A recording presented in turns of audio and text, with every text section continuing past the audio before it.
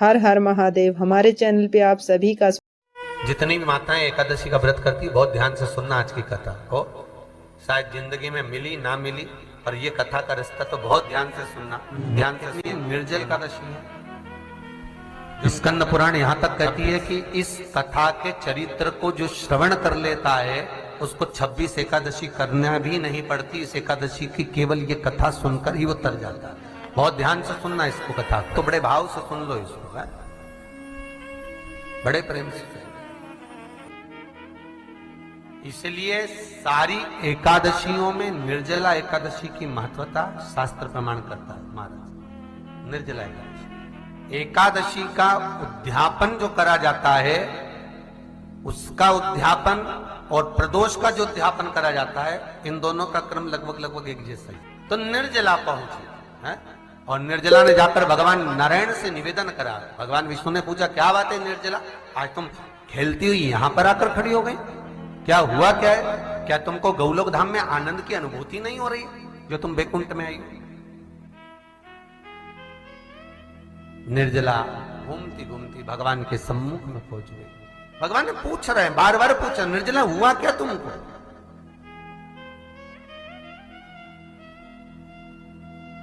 ए निर्जला, ए एकादशी, हुआ क्या है तुमको? क्या कारण है तुम्हारे यहां आने का, बैकुंठ पहुंचने का? बहुत ध्यान देना महाराज। शास्त्र कहता है सोमवार, मंगलवार, बुधवार, गुरुवार, शुक्रवार, शनिवार, ये देवता वो देवता सबके व्रत कर लो, सारे व्रत कर लो, पर ये व्रत आपको परमात्मा के धाम तक लेकर नहीं जा सकते, क्योंकि इनका जो पुण्य है वो मृत्यु लोक में आप थोड़ा सा भी व्रत करते हैं तो पुण्य समाप्त हो जाता है। पर हिंदू धर्म के 3 व्रत ऐसे बता दिए जिन व्रतों का पुण्य समाप्त नहीं हुआ।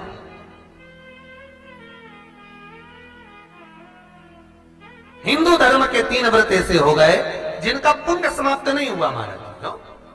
जिनका पुण्य प्रबलता में बढ़ता गया। पहले नंबर पर एकादशी, दूसरे नंबर पर प्रदोष, और तीसरे नंबर पर शिवरात्रि। एकादशी भी 26 है तो प्रदोष भी जम के बोलते जाओ 26 है। शिवरात्रि केवल 12, केवल 12, और अगर अधिक मास की पड़ जावे तो ये 13, पर अधिक की आय तो 13 है। तो यहां शास्त्र कह रहा है कि 3 व्रत हमारे यहाँ जिनका पुण्य समाप्त नहीं हुआ, जिनका पुण्य प्रबल हुआ, बड़ा। इसलिए आज भी माता एकादशी का व्रत करती है, और एकादशी का व्रत कर कर अगर कोई जीवात्मा को देते हैं, कोई मर भी गया तो उसको एकादशी का दान देते हैं। एकादशी का उसको दान दिया है। महाराज निर्जला खड़ी है, पूछा क्यों आई हो, क्या कारण? निर्जला आई तब लक्ष्मी मैया उठकर निर्जला के करीब में गई। निर्जला बहुत सरल थी निर्जला। कहते हैं कामा एकादशी सबसे लंबी है। कौन सी एकादशी? कामा। फिर मोक्षदा उससे नीची है महाराज, और निर्जला जो है बिल्कुल छोटा स्वरूप है। निर्जला का मतलब देखा जाए तो केवल 2 चोटी करी हुई है। मस्तक पर भोर लगा हुआ है निर्जला के, माथे पर बिंदी लगी हुई है निर्जला के, सुंदर गले में तुलसी की मालाएं पहनी है निर्जला, हाथ में जो हाथ फूल जैसी माताएं पहले पहनती थी, आपको ध्यान में होगा, ऐसा बड़ा फूल होता था, अंगूठियां पड़ी होती थी, हाथ में ऐसा लगा रहता है। तो निर्जला हाथ फूल भी तुलसी के धारण करी। बड़ा सुंदर स्वरूप है माता निर्जला का महाराज। छोटी है तो माता लक्ष्मी उनके पास में गई और निर्जला से जाकर पूछा, निर्जला तेरे आने का कारण क्या है, तू बता। नारायण आपसे पूछ रहे हैं कि क्यों आई हो, किस लिए आई हो, क्या है तुम्हारे आने का कारण? निर्जला ने कहा, मेरी विनती केवल इतनी सी है मां, कि मैं ये चाहती हूं कि मैं जीव के प्राण छूटने के बाद उसके प्राणों को जिस समय मैं लेकर जीवात्मा के प्राणों को परमात्मा तक भेजूं, बैकुंठ तक भेजूं, गौलोक धाम तक पहुंचूं, उस बीच में मुझे ले जाते समय कई नरक भी बीच में पड़ेंगे, कई स्थान ऐसे बैतरणी आदि के स्थान बीच में आएंगे, तो वो स्थान में मुझे रोका ना जाए, मैं सीधे भगवान के धाम पहुंच जाऊं। ऐसी कृपा, ऐसी दया।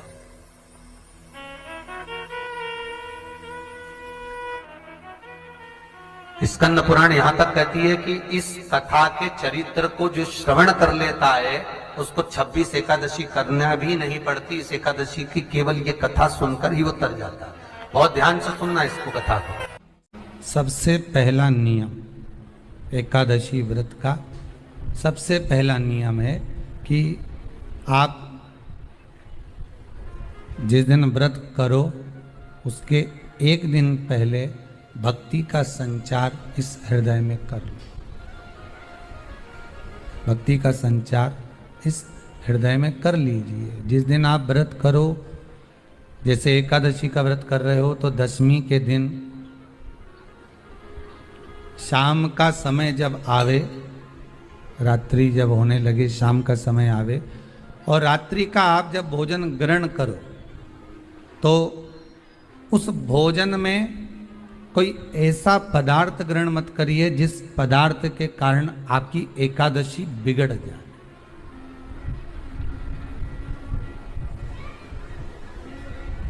कोई बेकार भोजन में ग्रहण नहीं करना, श्रेष्ठ भोजन ग्रहण करिए दशमी के। और एकादशी का दूसरा नियम बहुत ध्यान से सुनिएगा। जिस दिन आपकी एकादशी का व्रत हो उस दिन प्रयास करिएगा कि अपने हाथ से किसी भी वृक्ष की कोई पत्ती टूटे ना। अपने हाथ से किसी भी वृक्ष की, पौधे की, किसी भी वृक्ष की पत्ती अपने हाथ से ना टूटे। बहुत ध्यान दीजिएगा महाराज। एकादशी का ये दूसरा नियम है कि अपने हाथ से किसी पौधे की, किसी वृक्ष की, किसी डाली की कोई पत्ती टूटे ना, कोई पत्ती ना टूटे, इसका प्रयास करिए।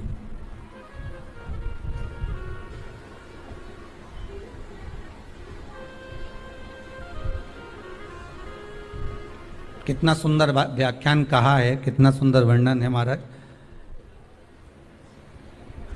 कि मात्र एकादशी का व्रत कर लेने पर, मात्र एकादशी का व्रत कर लेने पर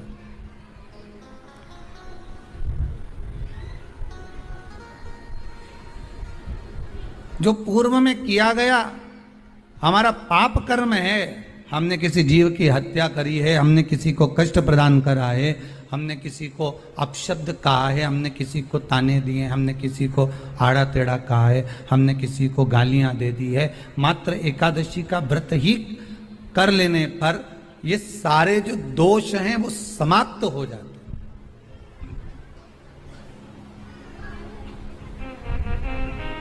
सारे दोष हमारे समाप्ति पर आ जाते हैं।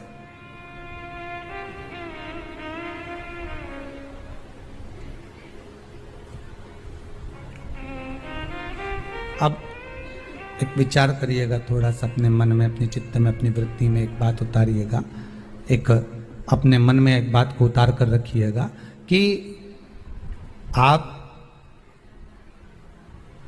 अपने पाप को, अपने पाप कर्म को जिस दिन क्षीण करने वाले हो, समाप्त करने वाले हो, अपने पाप को आप जिस दिन समाप्ति पर लेकर जा रहे हो, तो उसके एक दिन पहले आपको प्रसन्नता होना चाहिए कि नहीं होना चाहिए कि कल मेरा पाप कटने वाला है, कल मेरा पाप समाप्त होने वाला है, जो मैंने पाप कर्म करा है वो समाप्त होगा, जो मैंने पाप कर्म करा है वो कल समाप्त हो जाएगा। तो एक दिन पहले आपके चेहरे पर प्रसन्नता हो कि ना हो?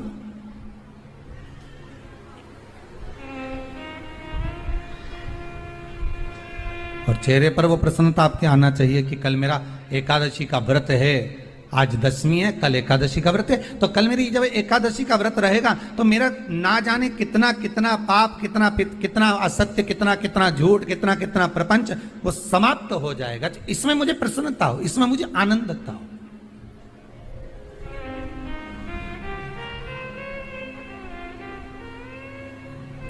तो क्या कहा गया कि प्रयास करिएगा कि एकादशी के दिन कोई वृक्ष की, कोई डाली की, कोई कोपल की कोई पत्ती ना तोड़ी जाए। क्यों?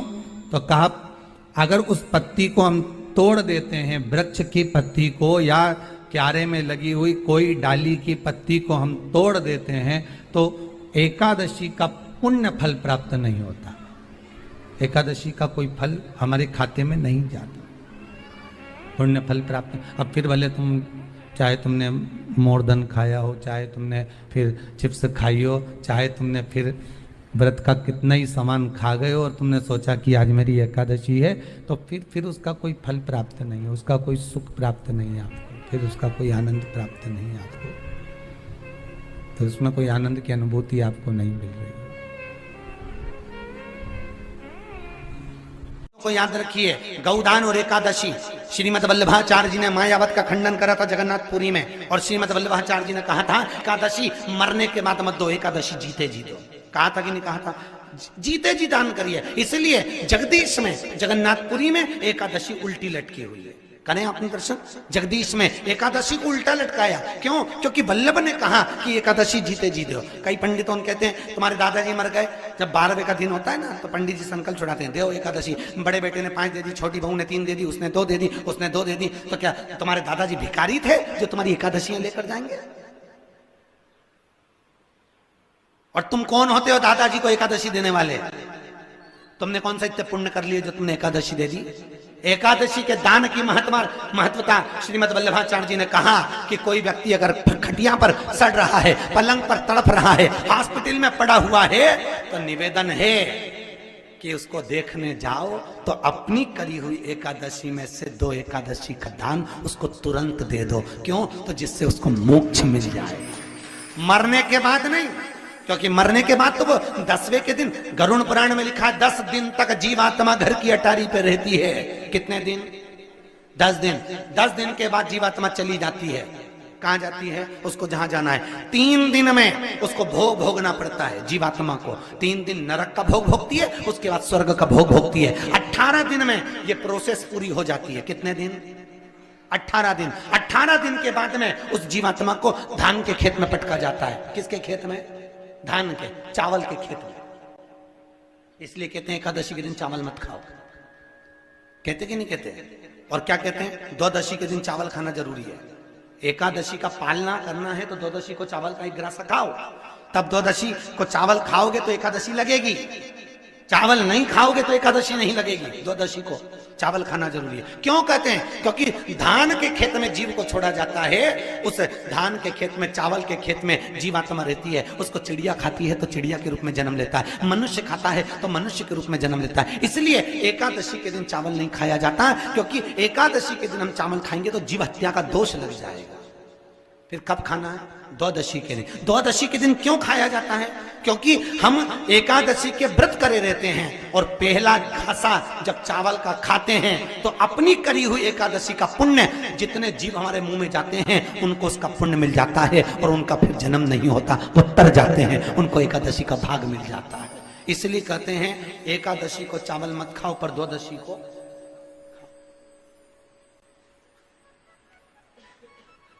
खाइए। 10 दिन तक जीवात्मा है, और आपने एकादशी कब दान दी? बोलो जम के। 12वें के दिन, 13वें के दिन आपने एकादशी का दान दिया, वो मिली उनको? अरे बोलो अच्छे से। कई तो अभी तक कर रही होगी, हमारे दादाजी के निमित्त की कर रहे हैं, कर ले। फिर वही वाली बात आ गई, गुलाब के फूल में पानी जारी है।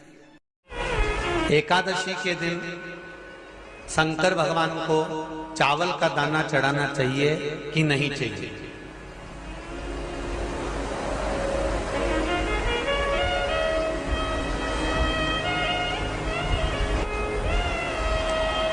बीमार व्यक्ति से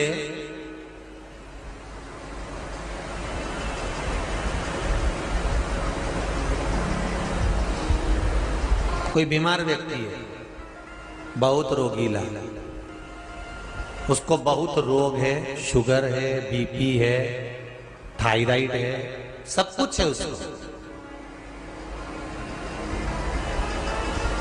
और वो रोगीला व्यक्ति जब डॉक्टर के पास जाकर पूछे, डॉक्टर साहब मेरी तबीयत ठीक नहीं रहती है, मैं बहुत कष्ट में रहती हूँ, बहुत तकलीफ है शरीर में,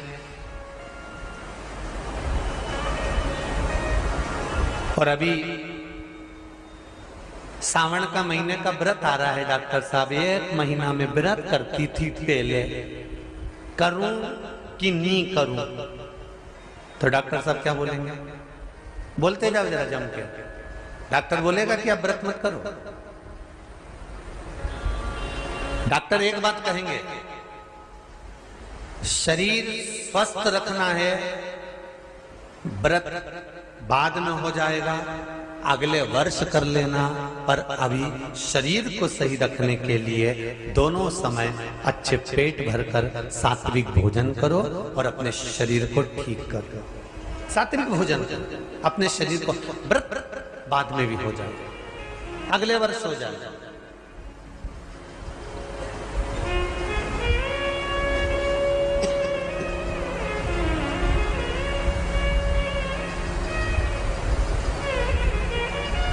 अभी तुम थोड़ा सवेरे 2 बिस्कुट ले लिया करो, सुबह नाश्ता ले लिया करो, भोजन ले लिया करो, फिर दोपहर में कुछ हल्का फुल्का लेकर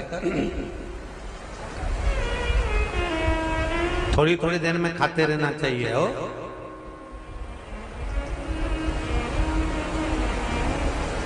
थोड़ा थोड़ा खाओ, थोड़ी थोड़ी देर में खाओ, एक साथ सुरसा जैसे मत निपटा जाए, थोड़ा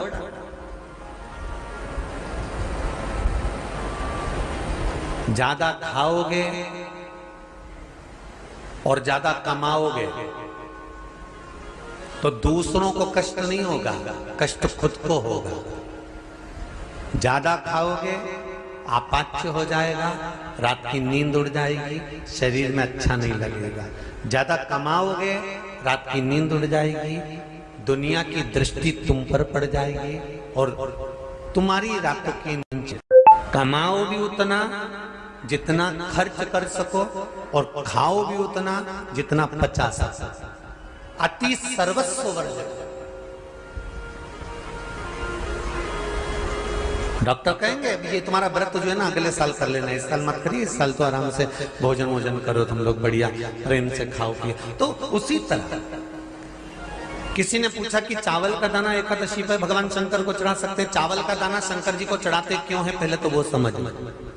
बेलपत्री का तो महत्व आपको बार बार बताया कि बेलपत्री शिव जी को क्यों चढ़ाई जाती है, कहीं रोग के लिए, कहीं बीमारी के लिए, कहीं किस कार्य के लिए, कहीं कोई कार्य के लिए, कहीं कोई कार्य के लिए। चावल का दाना अगर हम शंकर भगवान को चढ़ा रहे हैं तो क्यों चढ़ा रहे हैं, उसका कारण क्या है? चावल का दाना शिव को चढ़ाने का केवल एक कारण रहता है कि चावल को अक्षत कहते हैं।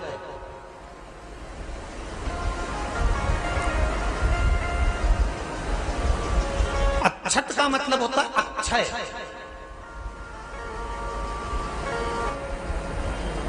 उसका मतलब क्या होता है? अक्षय, जिसका कभी क्षय ना हो। जब हम भगवान शंकर को चावल का दाना चढ़ाते हैं, जैसे बहुत ध्यान दीजिएगा महाराज, बहुत समझने वाली बात है, बहुत ध्यान से।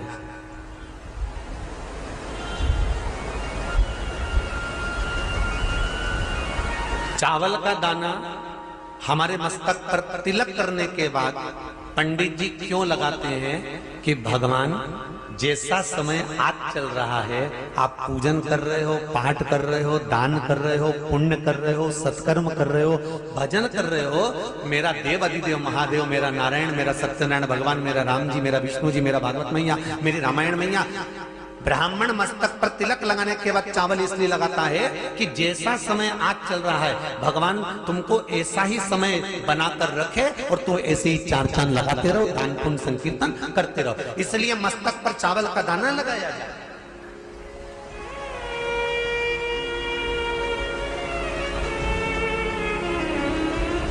कोई मर जाता है, मरने के बाद जब तक पगड़ी नहीं होती तब तक माथे पर तिलक, चावल का दाना लगाया जाता है? जम के बोलो जरा। नहीं लगाते। किसी पंडित जी से पूछो, ब्राह्मण देवता से पूछो, ब्राह्मण देवता ये कोई मर गया और हमारा तो नियम है कि हम सिर पे तिलक लगाते हैं, चावल लगाते हैं, या पंडित जी से हम तिलक लगवाते हैं, मंदिर जाते हैं तो मंदिर में जाके तिलक लगवा के हम चावल का दाना लगवाते हैं। क्यों नहीं लगाते? उसका कारण क्या है? जब किसी के मरने के बाद 10 दिन तक 12 दिन तक मस्तक पर तिलक क्यों नहीं लगाया जाता? 10-12 दिन तक माथे पर तिलक या चावल क्यों नहीं लगाया जाता? उसका कारण है कि ये जो समय आया है, तुम्हारे यहाँ जो गमी हुई है, तुम्हारे यहाँ कोई मर गया है, तुम्हारे यहाँ किसी के प्राण छूट गए हैं, तो ब्राह्मण इसलिए तिलक नहीं लगाता आपको, इसलिए चावल का दाना नहीं लगाता कि ऐसा दिन भगवान अब ना लाए, इसको अमर ना करे, इसको अक्षय ना करे, इसको प्रबल ना करे। और जब चावल का दाना, तो यहां शिव महापुराण की कथा करी, चावल का दाना हम शिव जी को क्यों चढ़ाते हैं, भगवान को क्यों समर्पित करते हैं, भगवान के पूजन में अक्षत क्यों